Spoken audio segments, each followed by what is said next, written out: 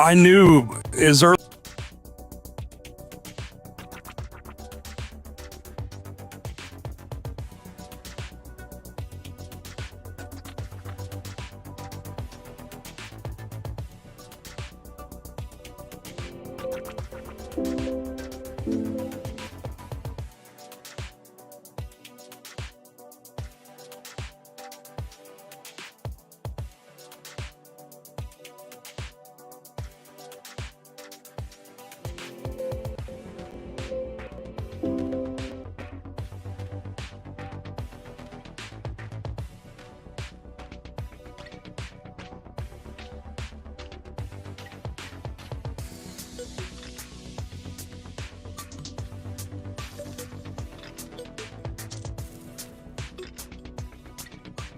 This may be the most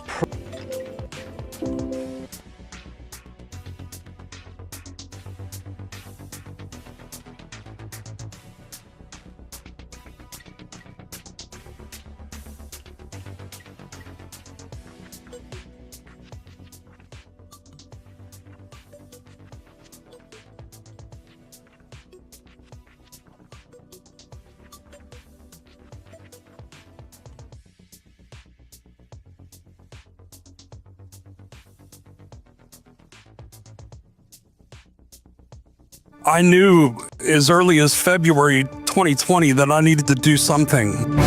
I recognized that there was a systematic problem and that this was not about hydroxychloroquine, it was something larger. Fear shut the world down, and people made a lot of money at it as they were killing us. I was asked to speak at a freedom rally that was set up to discredit my reputation. Whoever orchestrated this must not have the safety of this nation in mind. Medicine and politics should be separated. These doctors were handcuffed. The American public has awakened. We have a new civil rights movement to restore our rights, and we're going to hold them accountable. It is a natural progression of a man of God or woman of character to see injustice, to seek it out, and then to act upon it. Do you hear me? We will never lock down again. This is the hill we die on. Don't miss New American Heroes with attorney Warner Mendenhall and John Davidson, Mondays on BrokenTruth. This may be the most profound scandal in human history. This was the answer. This would have halted the pandemic. I have lost trust in humanity, in my government, in my agencies. Trust is very hard to get back. Something is going very wrong in this world. The pharmacists were denying the treatment, which to me is outrageous. Our generation let this happen. We don't know what to do.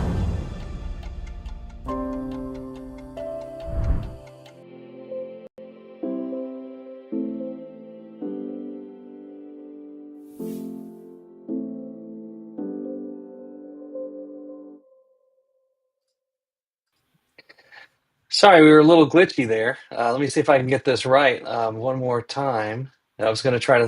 Okay, here we go. Hi, with Broken Truth. I'm John Davidson, and today we have Dr. Sheila Furey from the Virginia Medical Freedom Alliance. Welcome, Dr. Furey. Thank you for having me, John. Thank you for being had. So today we're going to talk a bit about your new event coming up, which is about the Constitution and medicine. Can you tell me a little bit about what this is? Yeah, this is our second summit that is done with Feds for Freedom, and it's medical freedom in the Constitution, which is just really critical because what we saw in COVID was the overstepping or the destruction of the Constitution by lockdowns, by the closing of our churches, by the limitations of bodily autonomy and fierce mandates. And so we felt it was really important that we look at the Constitution and how it is to protect our medical freedom. And what we're specifically looking at in this conference is the overreach of government. The government is not only overreaching us in terms of medical tyranny, but also other aspects to control our lives. And so we wanted to have constitutional attorneys present, as well as other people, to look at all the different mechanisms that the government has encroached on our lives, our ability to be independent and make our own medical decisions, as well as make decisions about our movement within the country. So we're very concerned about digital ID, the real ID, other mechanisms in which the government seeks total control of our lives. And we're seeing this in real time in what's happening in Europe and in Canada. And we want to alert people in the United States as to how they can protect their freedom and how in particular they can protect their families and their children. Because the medical mandates are still alive and well in the United States, and they are dangerous, and those mandates come without informed consent. And we want to educate people about how important informed consent is and how to hold their doctors accountable. Yeah, the last 5 years has been quite an eye opener for many of us. I know it awakened quite a few of us, but I think we have to keep fighting to awaken even more people because, like you just said, digital ID. This is the really slippery slope that leads us down to the mark of the beast kind of territory. Who all have you got coming out? I'm looking at the list right now. Alex Newman, Ivan Raiklin. It looks like a pretty stellar lineup. Absolutely. We have Christine Dolan, who's going to be interviewing Jim Zitlow, who is a pilot.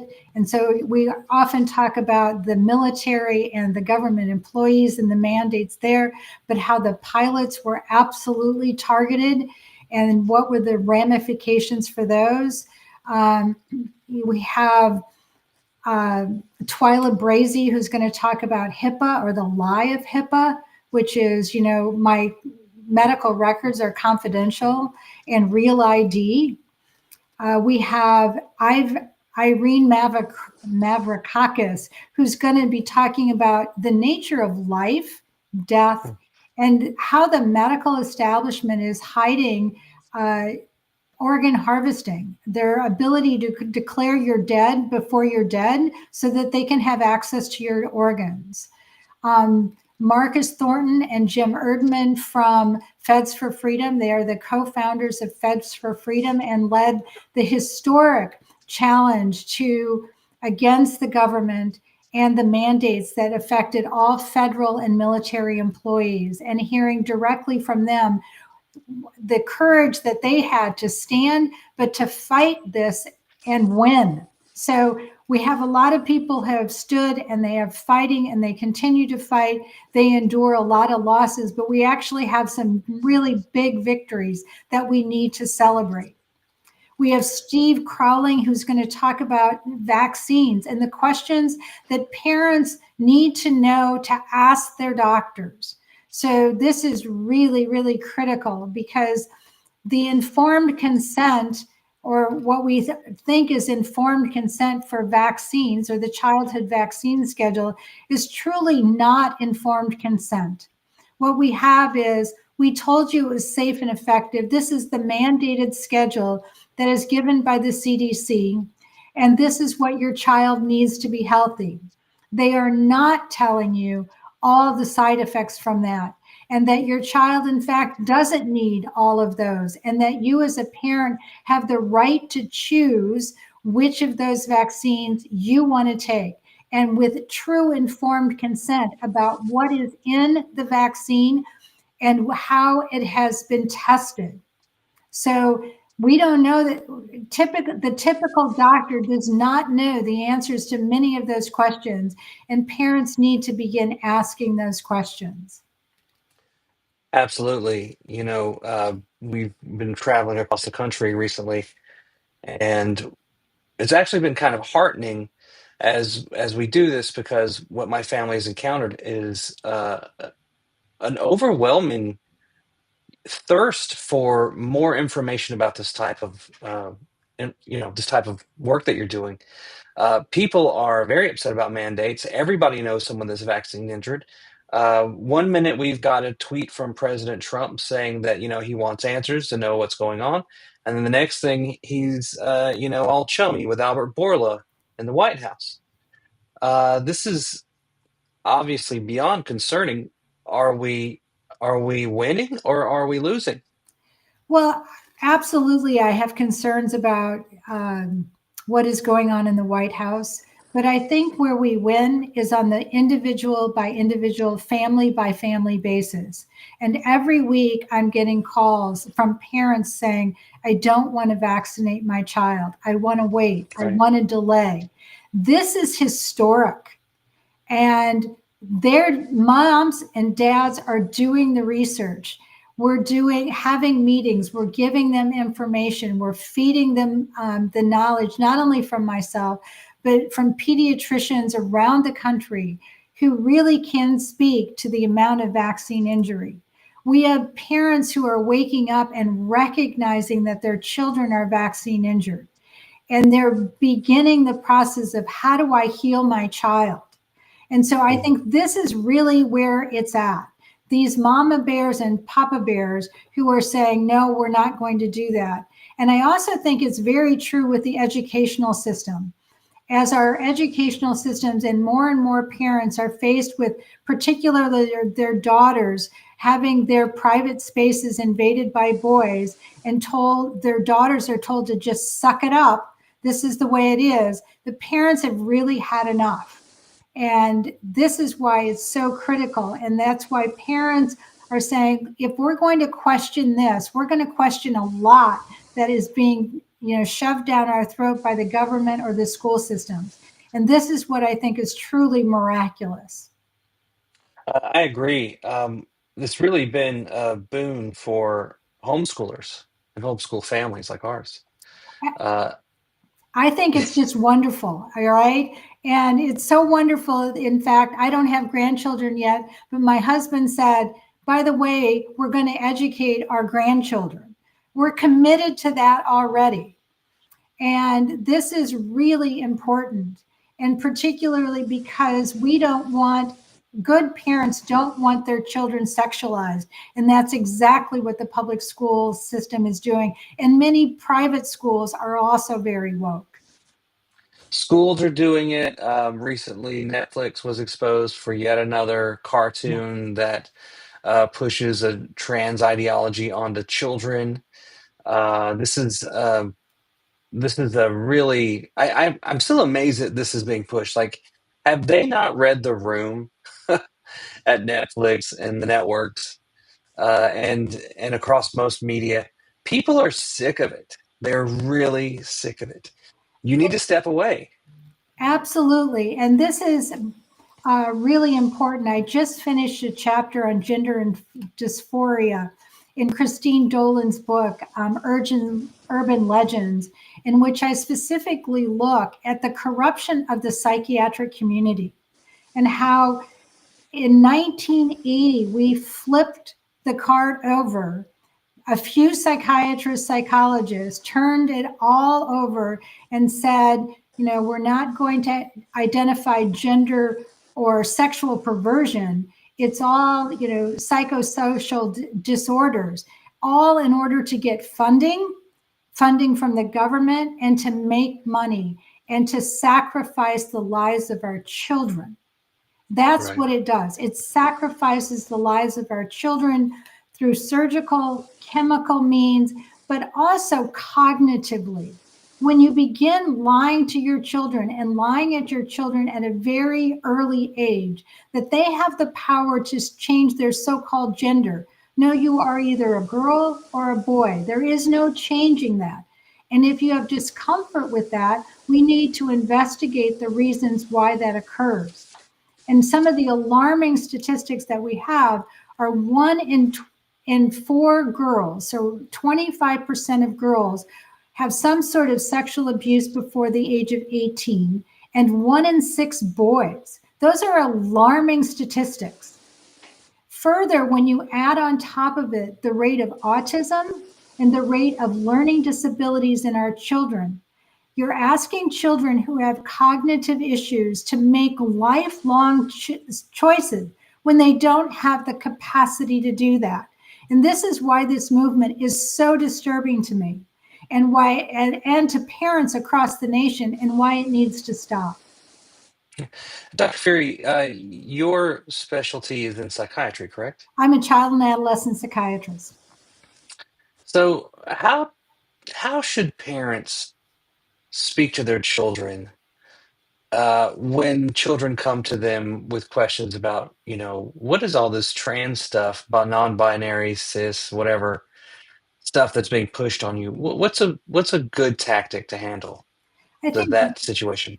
one of the most important things is to say, you were created by God, and God chose that you would be a girl or a boy, and it is a gift. So we recognize the gift of our femininity or our masculinity. And if there are difficulties with that, we try to understand what they are and understand them not from an adult perspective, but from a child's perspective. I'll give you an example.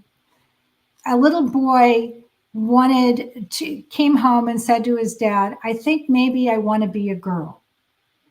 Dad explored this with the little boy, and he had a crush on a little girl in his kindergarten class.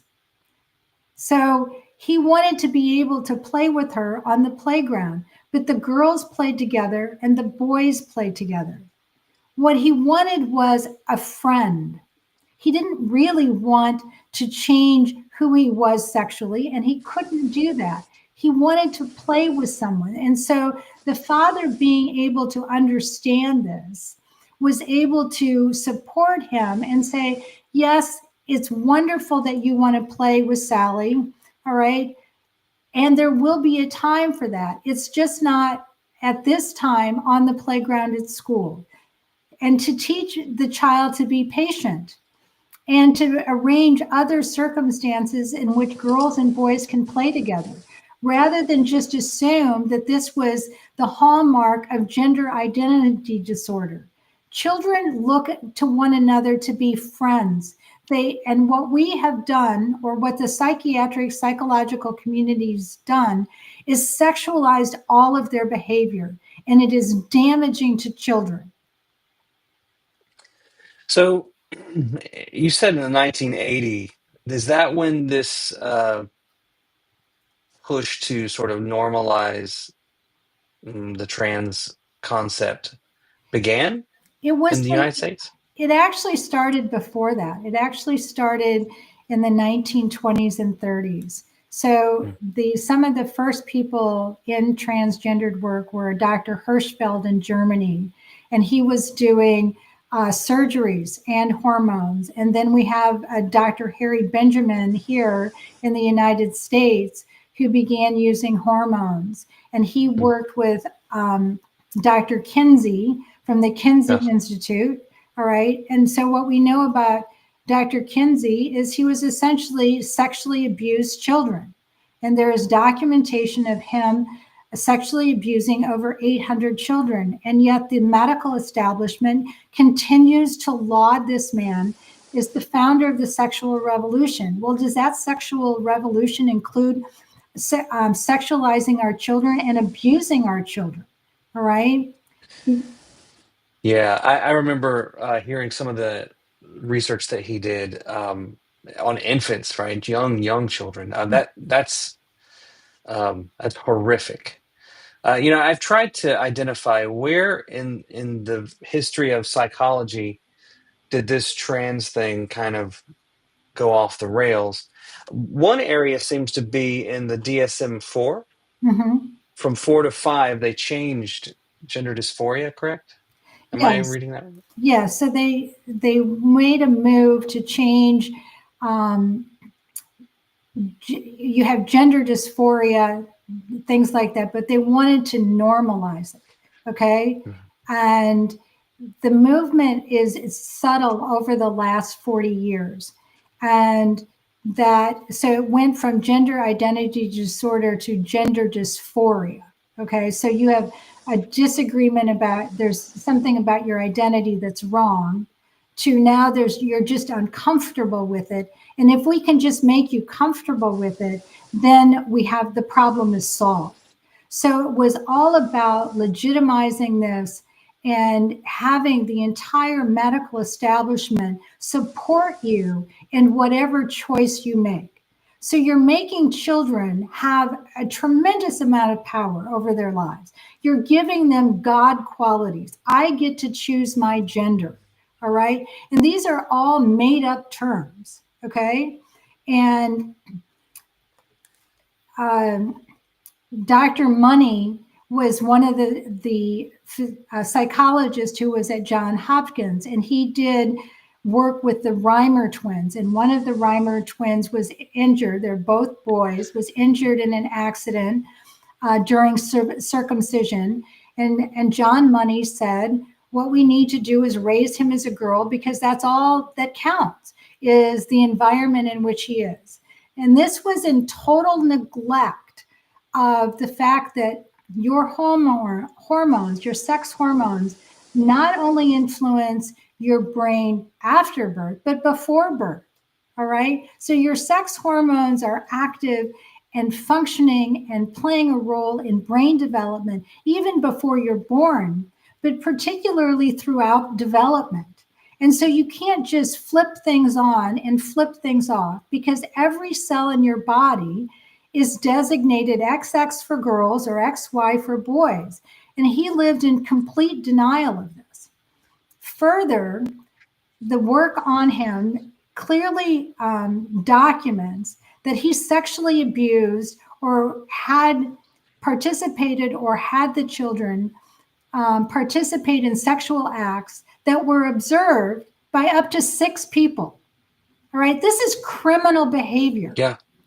And so if you have John Money was actually on the committee for DSM-3 that began this change. Why John Money was ever given a position of power and listened to is all about the propaganda and the deceit, which is within the American Psychiatric Association and within the American Psychological Association. So what do you think prohibits or inhibits prosecutors and police from arresting these psychopaths that do this to children? Well, I think a lot of it was hidden and suppressed, and that the children and the parents in this case probably signed papers that they were being part of a study. And so if you were part of a study, was this part of the informed consent for the study? I don't know the full reasons, but both of the Reimer twins have died, tragically, one by suicide, one by overdose. And so the pain and heartache that this family underwent, I think at some point you just draw your line in the sand. But the fact that the medical establishment is covering up for them is unacceptable. I agree. It's disgusting, and I guess my point of that question was, I would say that same inhibition is what exists today. Why can't we hold Albert Bourla responsible for Pfizer's obvious fraud? Why can't the DOJ prosecute the fraud cases for Brooke Jackson against Pfizer and their research for the fraud that they committed? What is the problem here? I mean, I know that there's a elevation of status when you're a medical doctor, and doctors certainly wield power. They can decide who goes into a 72-hour hold and things like that. But why are we so hesitant to hold doctors accountable? I think it's really a tragedy. And the millions of people around the world that have been injured by the vaccine, the continual lie that it's safe, the continual push by many within the medical establishment to continue to support giving the COVID shots to 6-month-old babies and pregnant women. All right. So there's a level of, the level of indoctrination within the medical community is very clear. And they don't want to relinquish that. I think also one of the reasons is some of the doctors hold on is because they don't want to face their own guilt and responsibility. That when you've done something wrong, you believed a lie, all right, at what point do you wake up and what point do you own that? But I also think that our government feels that that has to, in some way, has to protect big pharma. And I think that's the biggest mistake that we can make as a nation, that our nation has been controlled by big pharma for over 100 years. And it needs to stop, because it's big pharma and the pharmaceutical industry that has destroyed the health of this Right. nation. I agree. And it's been going on for half a century. Way longer than that. Yeah. uh, so it'll be, I think, great to have this event in a few weeks. Oh, actually, no, On on Monday, October 10th. 10th Time is and flying me, 11th, sorry. yes. So I'm just going to pull this up really quick again. Sorry, it covers our bases. Limitations in technology prevent me from moving us to the side. But Ivan Raiklin, Alex Newman, Twyla Brace, William Olson, Garrett O'Boyle, Matt Strickland, Dr. Sheila Furey, Dr. Irene Mavrakakis, Steve Grayling, Christine Dolan, my good buddy, Jim Erdman, Marcus Thornton, Rob Green, and Bernadette Pager. This could be at the At Patrick Henry College in Purcellville, Virginia. And people can get tickets at vamfa.org. So our website, so Virginia Medical Freedom Alliance, so it's vamfa.org, and you can purchase tickets now. And just know that college students, high school students with registration are free. So parents want to come, they want to bring their high school or college age students. They're absolutely welcome. If you're a college student and you're interested in really interning or doing other things with members of the State Department, military, medical community, bring your CV, all right? And this is an opportunity that you will have to meet these speakers. This is an event where we specifically want to have those students there to answer their questions and get them connected with these people, with the speakers. Great. And is there anything, topic-wise that they're going to cover that you're especially excited about? The whole day. I really want to hear from William Olson and Ivan Raiklin, the constitutional lawyers, because I have a ton of questions for them. And that just how do we begin holding on to our constitutional freedoms and challenging in our school boards, our city councils, our in state government. I think when we begin to empower the people in little ways to say, that's unconstitutional, they can't do that. What do we want to do? How do we mobilize people and groups of people to speak and stand together? And I think this is a wonderful part about these events, is it allows really the common person to network across the state and really across the country with experts so that they can empower their families and communities. Yeah, that's the positive. I was speaking with an attorney last night, and as frustrating as the last 5 years have been, it's allowed us to find each other, to connect with, patriots, and to build this network so that hopefully if something like this gets pulled again, we can shut it down before it gets too far. Absolutely. Never again. Yeah, this has been a real eye opener as far as how I thought about my country, and a lot of the people within it. It's very shocking. I spoke to someone on our travels last week, and he just said, "What everything you're saying, it's like a breath of fresh air. Everybody I talk to just ghosts me when I say these things." I was like, "Well, you need to get with better people, I guess." Absolutely. And the network that we have built here in Virginia, and it's not just Virginia, because we're networking with these medical freedom groups across the nation. And it's really a wonderful thing to see and know and experience. And that we're not saying this is my territory, we're not sharing. That what we're doing is sharing, okay, we've got legislation, here's the legislation, draft it for your state. You have a speaker, an expert on this area. Here, we'll share that information. This is the wonderful part about this movement. And it really allows this, group of experts is really internationally acclaimed. And that's why this event is going to be so important. You've got Christine Dolan, who not only has international expertise in human trafficking, but she's applying that knowledge base to the medical industrial complex and speaking about medical trafficking. All right. This is, the depth and breadth of each of these speakers is unmatched. And that's why it's so important for people to come. Oh, and I see Jim Zeitler there Yes. too. He was a pilot. I think I met him in Denver last year. Yeah, this looks like it should be a really, really great event. And it doesn't look too rushed. We held an event last over the summer, and I don't know how we did it. We crammed in about 200,000 people in about 45 minutes.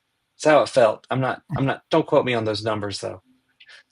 But we really want people to have the opportunity to ask questions and to network and, spend time away from a speaker, because as you have those breaks, it allows you to reflect and that to ponder additional questions.